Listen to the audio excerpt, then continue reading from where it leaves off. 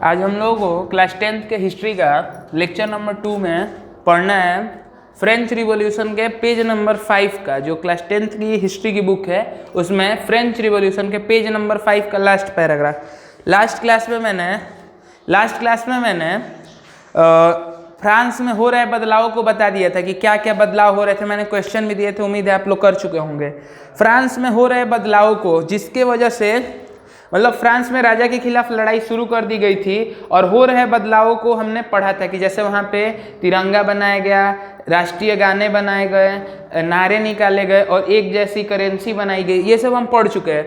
उसके बाद उसी पेज के आखिरी पैराग्राफ में कुछ बात है जो हमें पढ़ना है। उस पेज के आखिरी पैराग्राफ में बताता है कि जब फ्रांस में ये घटना हुई, कौन सी घटना? राजा के खिलाफ लड़ाई।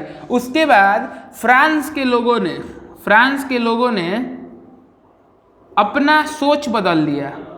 क्या बदल लिया? सोच, जीने का तरीका बदल लिया। क्या किया उन्होंने अपना टारगेट बना लिया कि मुझे फ्रांस के बाकी देशों को, यूरोप के सभी देशों को, उन्होंने क्या टारगेट बनाया? यूरोप के सभी देशों को उन्होंने अपना क्या टारगेट बनाया कि मुझे यूरोप के सभी देशों को राजा लोगों से, राजा वाले सिस्टम को क्या बोलते हैं? मोनार्ची रूलर्स, मतलब निरंकुशवाद शासकों से क्या करना है? आज़ादी दिलाना है। क्या करना है? आज़ादी दिलाना है। तो यहाँ से एक क्वेश्चन बहुत ज़्यादा आता है कि फ्रांस के लोगों ने अपना लक्ष्य क्या बना लेते? लुई सोलहवां के खिलाफ लड़ाई शुरू करने के बाद फ्रांस के लोगों ने अपना लक्ष्य क्या बनाया था? यहाँ से एक क्वेश्चन आता है कि फ्रांस के लोगों का व्हाट वाज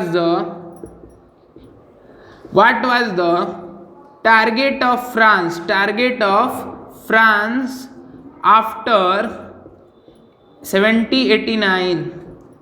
हिंदी वाले सुनो, 1789 के बाद फ्रांस का लक्ष्य क्या था? ये सवाल आपसे पूछा जा सकता है। हिस्ट्री आप ऐसे ही पढ़िए, हर पेज में कितना क्वेश्चन बन सकता है जो आपसे पूछा जा सकता है। पूरा चैप्टर याद रखना पॉसिबल नहीं है, आप सभी क्वेश्चन पढ़ ले तो पूरा चैप्टर अपने आप कवर हो जाएगा।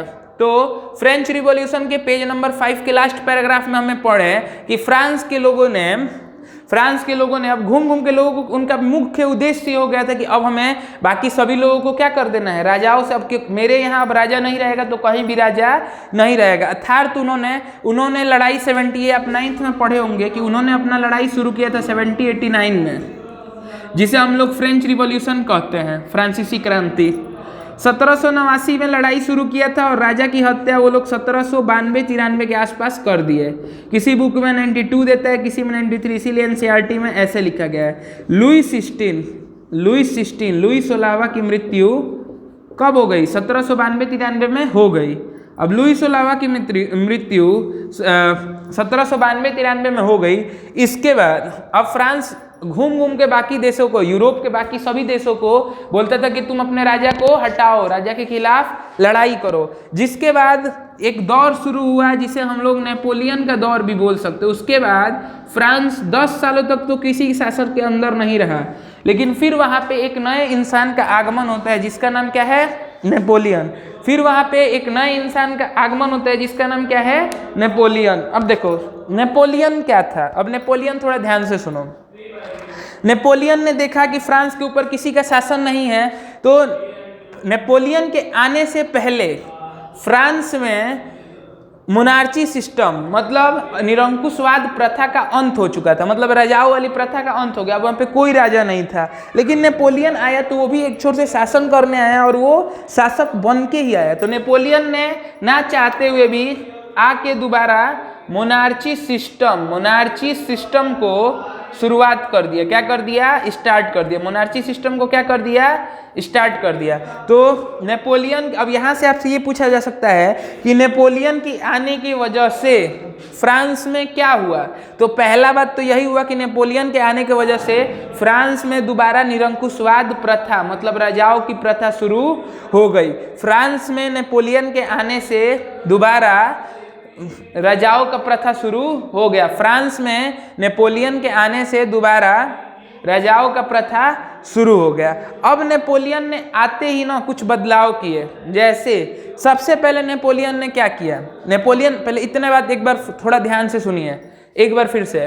फ्रांस में हम लास्ट पैराग्राफ पढ़ा रहे थे कि वहां के लोगों ने अपना टारगेट क्या बना लिया, पेज नंबर 5 के लास्ट पैराग्राफ बुक में पढ़िएगा तो आपको पता लगेगा कि यूरोप के सभी लोगों ने अपना यही, फ्रांस के सभी लोगों ने अपना यही टारगेट बना लिया कि अब मुझे यूरोप के बाकी सभी देशों को क्या करना है, अब उनके राजाओं से आज़ादी दिलाना है।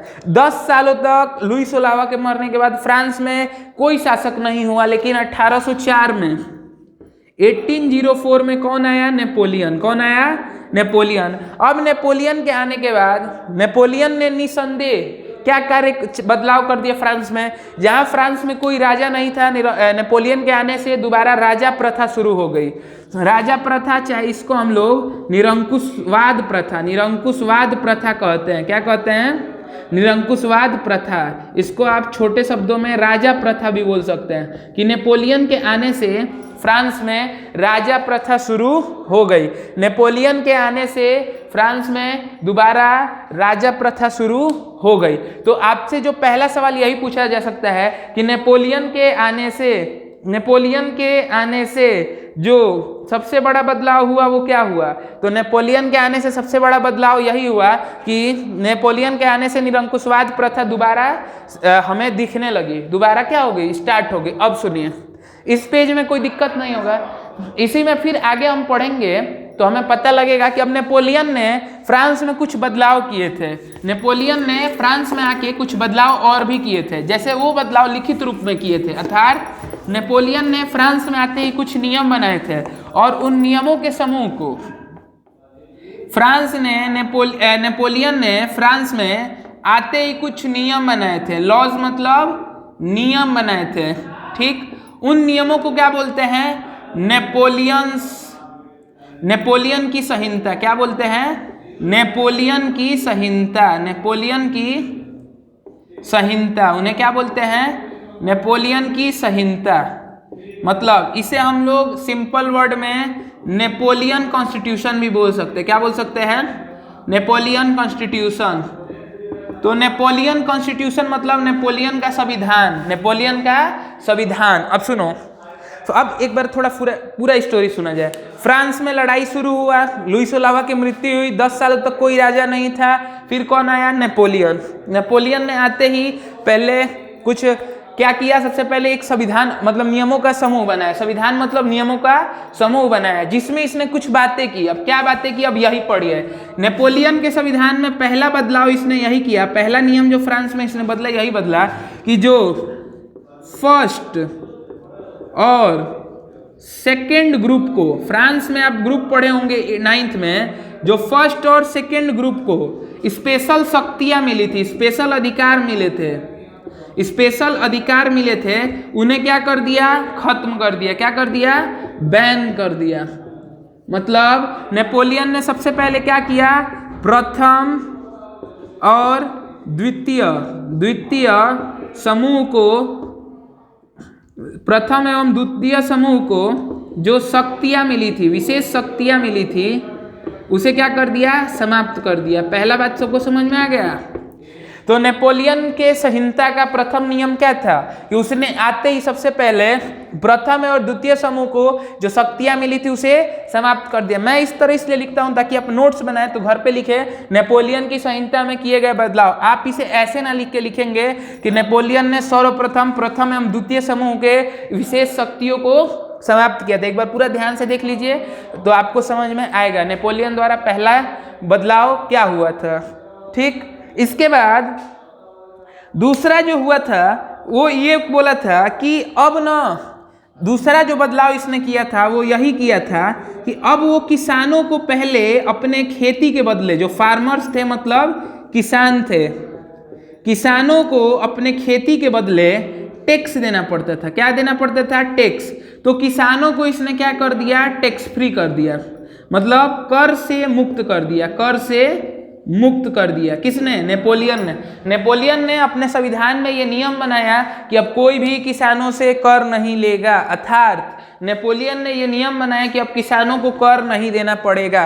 तो नेपोलियन के द्वारा पहला नियम क्या बनाया गया कि प्रथम एवं द्वितीय समूह के शक्तियों को खत्म कर दिया जाए, और दूसरा ये बनाया कि the farmer should be tax free, मतलब किसान जो है वो कर से मुक्त होने चाहिए, जो किसान हैं वो कर से मुक्त होने चाहिए। अब तीसरा नियम क्या बना है, जो छोटे कलाकार नहीं, आर्टिस्ट या मर्चेंट्स थे, मतलब छोटे मोटे व्यापारी थे, कलाकार थे जो अपनी कला से कुछ भी बनाते थे, जो व्यापारी थे उनके भी टैक्स को क्या कर दिया नेपोलियन ने, फ्री कर दिया। तो नेपोलियन के द्वारा तीसरा जो बदलाव संविधान में किया गया था, चाहे तीसरा जो नियम बनाया गया था वो क्या था कि उसने मर्चेंट्स लोगों को, व्यापारी लोगों को भी क्या कर दिया, टैक्स फ्री कर दिया। अब कैसे किया, तो उसने इंटरनल टैक्स को क्या किया, इंटरनल टैक्स को, मतलब फ्रांस में एक जगह से दूसरी जगह जाने के लिए जो टैक्स देना पड़ता था उसे हटा दिया। नेपोलियन ने अपने संविधान के द्वारा बहुत से नियमों में बदलाव किया। पहला बदलाव क्या किया,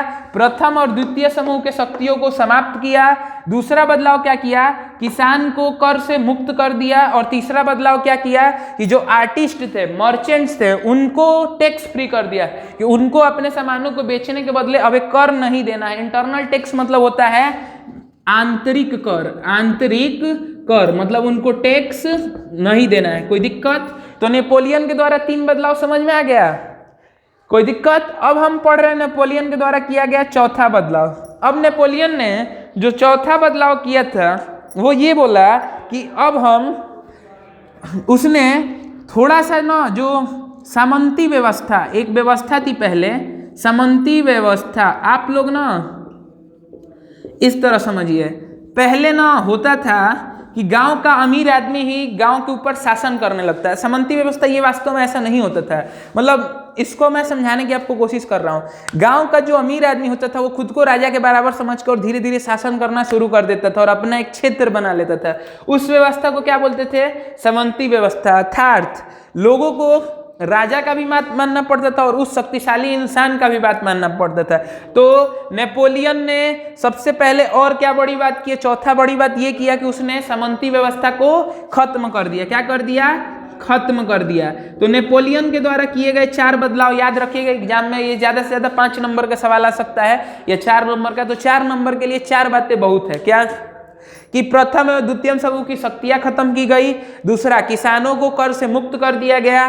तीसरा, कलाकारों को, व्यापारियों को उनके आंतरिक टैक्स हटा दिया गया ताकि वो देश के अंदर एक जगह से दूसरी जगह आसानी से जाकर अपना व्यापार कर सके। चौथा बात क्या किया गया, सामंती व्यवस्था को खत्म किया गया। क्या किया गया, सामंती व्यवस्था को खत्म किया गया। तो अब यहां से दूसरा सवाल जो बनता है, अच्छा हिंदी वाले इसका हिंदी में लिख लिया करो। देखो, what was the target of France after 1789। मुझे लग रहा है मैंने बताया लेकिन दोबारा बता दे रहा हूं। 1789 के बाद फ्रांस का मुख्य लक्ष्य क्या था। फिर दूसरा सवाल लिख रहा हूं कि what were the changes occur in France after Napoleon. देखो एक बार इंग्लिश में सुनो, what were the changes occur in France after Napoleon arrival, after Napoleon arrivals। Napoleon के फ्रांस में आने के बाद फ्रांस में क्या बदलाव आए, तो हमने पढ़ा कि नेपोलियन ने अपने संविधान के माध्यम से मुख्य रूप से 4 बदलाव लाए। कौन से बदलाव लाए, 4 बदलाव लाए। सबसे पहले उसने प्रथम एवं द्वितीय समूह की शक्तियों को खत्म किया। उसके बाद किसानों को कर से मुक्त किया। तीसरा, कलाकारों को और छोटे व्यापारियों को टैक्स से मुक्त कर दिया, इंटरनल टैक्स हटा दिया, आंतरिक कर हटा दिया। और चौथा, सामंती व्यवस्था को खत्म कर दिया। तो इसका आंसर आप लिखेंगे कि नेपोलियन के आने के बाद फ्रांस में निम्नलिखित बदलाव हुए। पहला, नेपोलियन ने अपने नियमों के समूह के माध्यम से हमें बताया कि अब फ्रांस में प्रथम एवं द्वितीय समूह को कोई विशेष शक्तियां प्राप्त नहीं रहेंगे। फिर उसने हमें बताया कि फ्रांस में अब किसानों को कोई कर नहीं देना पड़ेगा। तीसरा बताया उसने बात कि अब व्यापारियों को, मर्चेंट्स को कोई भी आंतरिक कर नहीं देना पड़ेगा। और चौथा ये बताया कि अब फ्रांस में किसी भी प्रकार की सामंती व्यवस्था नहीं चलेगी। तो दूसरा सवाल और पहला सवाल उम्मीद है आप लोगों को समझ में आ रहा होगा। अब इसके बाद नेपोलियन के जस्ट, अच्छा पहले नोट कर लीजिए, एक समय क्वेश्चन जरूर नोट करते चलिएगा। ये तो आपको पढ़ने के बाद समझ में आ रहा है कि नहीं, यदि आप आंसर इसका लिख पा रहे हैं तो समझ लीजिए आपको टॉपिक भी आ रहा है। एक बार पूरे बोर्ड को स्क्रीनशॉट ले लीजिए।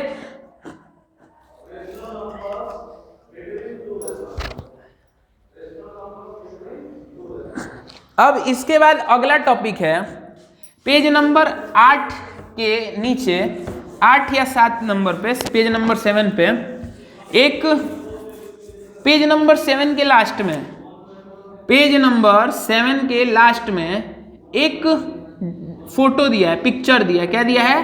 पिक्चर, जिसमें दिखाया गया है कि एक पोस्टमैन, लिखा गया है राइनेल्ड का डाकिया पत्र बांटते हुए।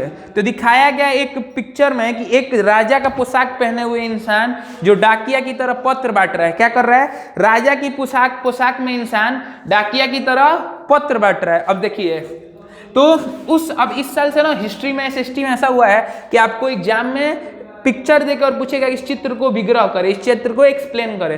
तो वो चित्र हमें क्या बताता है? देखो, वो चित्र हमें बताता है कि जो पोस्टमैन है वो कौन है। उसे बोला गया राइनेल्ड का डाकिया। कहाँ का? राइनेल्ड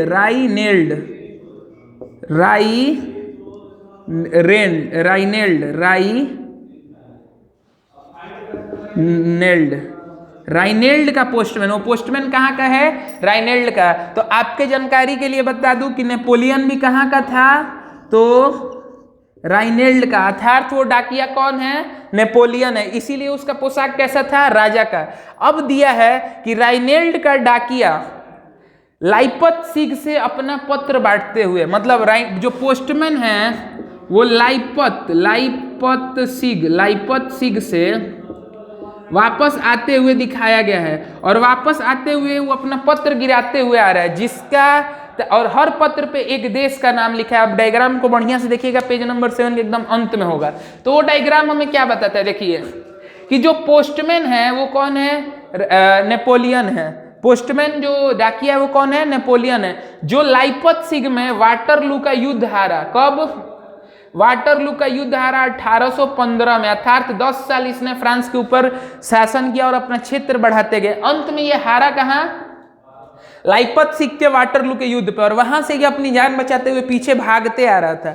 अब जब आप यहाँ पे हार कर पीछे भागते आएंगे अपने क्षेत्र में, तो आप जिस क्षेत्र से भागते हुए आ रहे क्षेत्र आप गवाते हुए आ रहे हैं। तो अर्थात अब आपका फाइनल आंसर क्या होगा?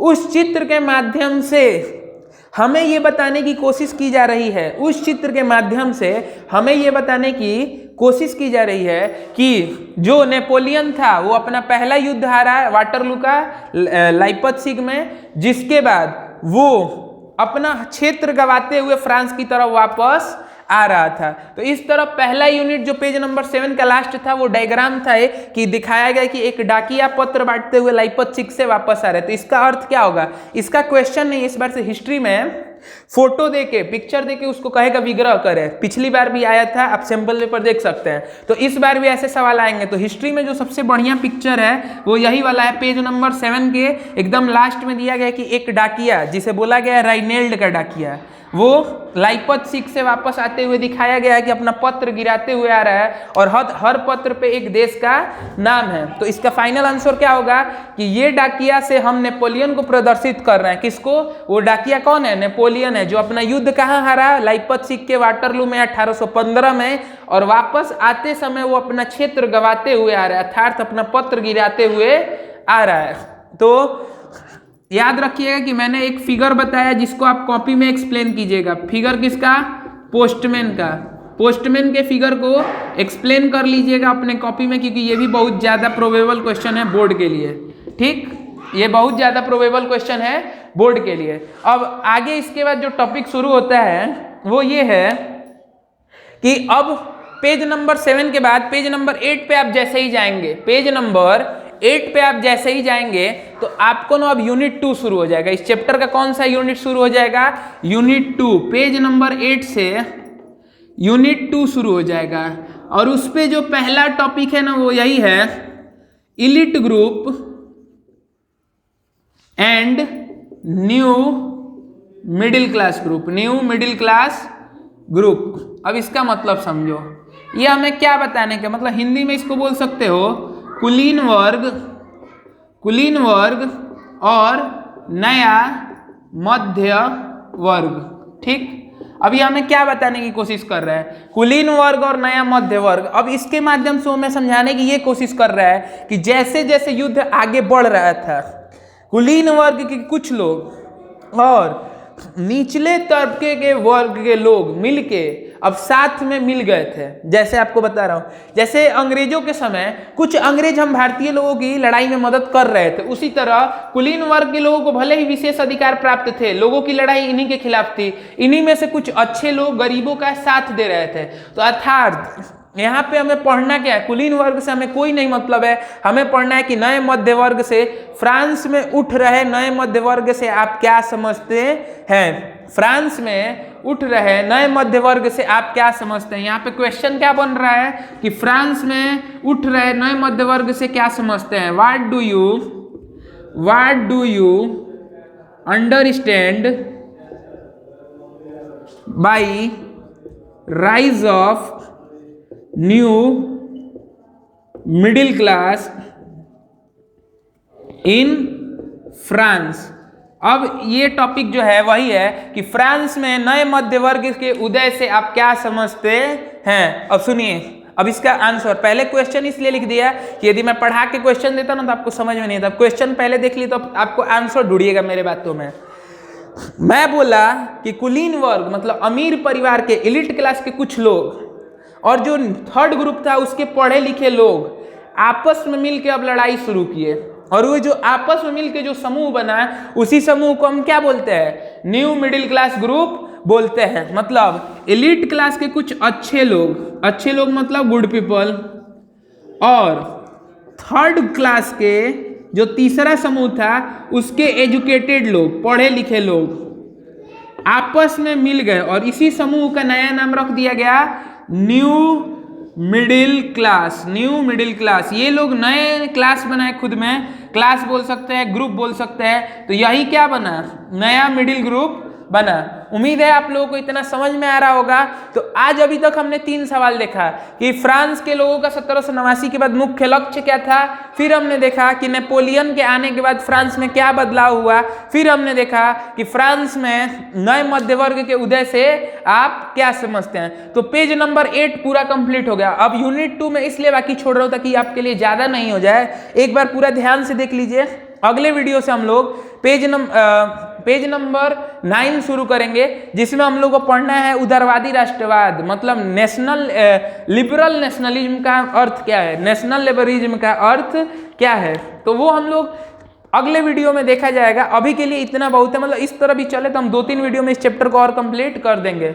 ये जो चैप्टर ये है, इसको आप एक बात ध्यान दीजिएगा, आपके कॉपी को आपके फेयर में ये जितना भी क्वेश्चन हो रहा है, मैं भले नंबरिंग नहीं कर रहा हूँ, आप लोग नंबरिंग करती है। जैसे पहले लेक्चर में आपको 2-3 सवाल मिले होंगे तो क्वेश्चन 3 तक वहाँ पे, फिर यहाँ पे ये क्वेश्चन 4, 5, 6, फिर अगले लेक्चर में आपको मिलेगा। तो आपका प्रॉफिट क्या होगा, आप इस चैप्टर के अंत होते होते आपके पास 10 से 15 सवाल होंगे, जिसको पढ़ के आप पूरा चैप्टर रिवाइज कर सकते हैं बिना बुक को छुए।